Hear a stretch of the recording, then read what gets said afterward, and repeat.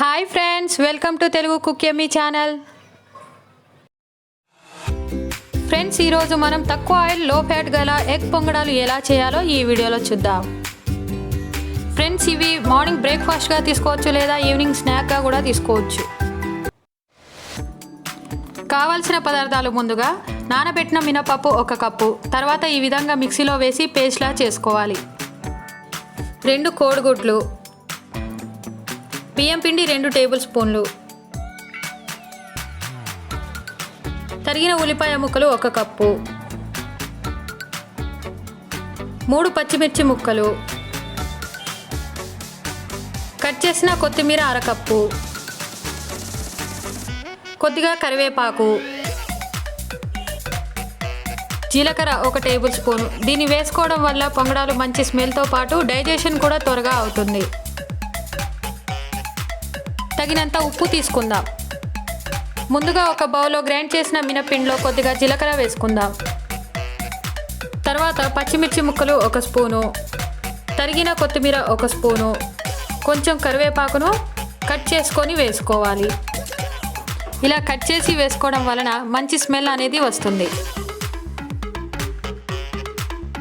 తర్వాత ఉల్లిపాయ ముక్కలు 1 స్పూను వేసుకోవాలి. కావాలంటే 2 స్పూన్లు కూడా వేసుకోవచ్చు. నెక్స్ట్ 1 స్పూను బియ్యం పిండి వేసుకుందాం. ఇందులో వేరే పిండి వేసుకోవద్దు, పొంగడాలు అనేవి సరిగా రావు. ఇప్పుడు కాస్త ఉప్పు వేసుకున్నాక 1 కోడిగుడ్డుని పగలగొట్టుకుందాం. కావాలంటే ఇంకొక 1/2 కప్పు మినపప్పు యాడ్ చేసుకున్నప్పుడు ఇంకో కోడిగుడ్డుని యాడ్ చేసుకోవచ్చు, లేదంటే ఇందులోనే ఇంకో కోడిగుడ్డుని కూడా యాడ్ చేసుకోవచ్చు, మీ ఇష్టం.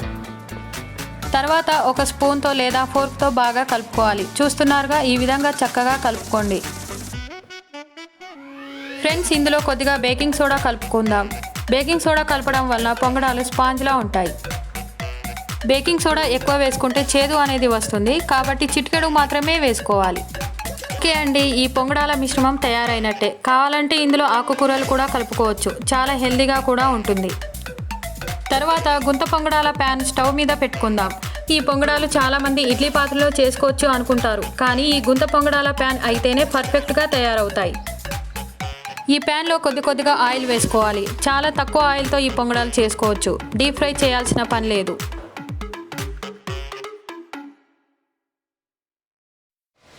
ఇప్పుడు 1 స్పూన్తో కొద్దిగా పిండిని ఈ విధంగా వేసుకుందాం. ఫ్రెండ్స్, పిండిని ఫస్ట్ మధ్యలో కాకుండా చివరిలో నుండి వేసుకోండి. ఇలా చేయడం వలన మధ్యలో పొంగడాలు త్వరగా మాడకుండా ఉంటాయి. ఈ విధంగా పిండి వేసుకున్నాక మంట సిమ్లో ఉంచి మూత పెట్టి 2 మినిట్స్ వరకు ఉంచాలి. చూసారుగా ఫ్రెండ్స్, 2 మినిట్స్ తర్వాత ఈ విధంగా పొంగడాలని తిప్పుకుందాం.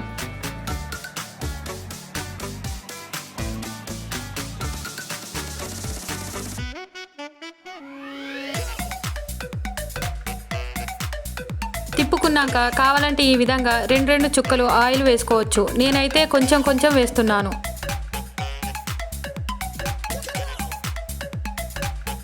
అంతే ఫ్రెండ్స్, కేవలం 10 నిమిషాల్లో వేడివేడిగా తక్కువ ఆయిల్తో చేసుకునే హెల్తీగా ఉండే పిల్లలకు కూడా నచ్చే ఎగ్ గుంత పొంగడాలు రెడీ.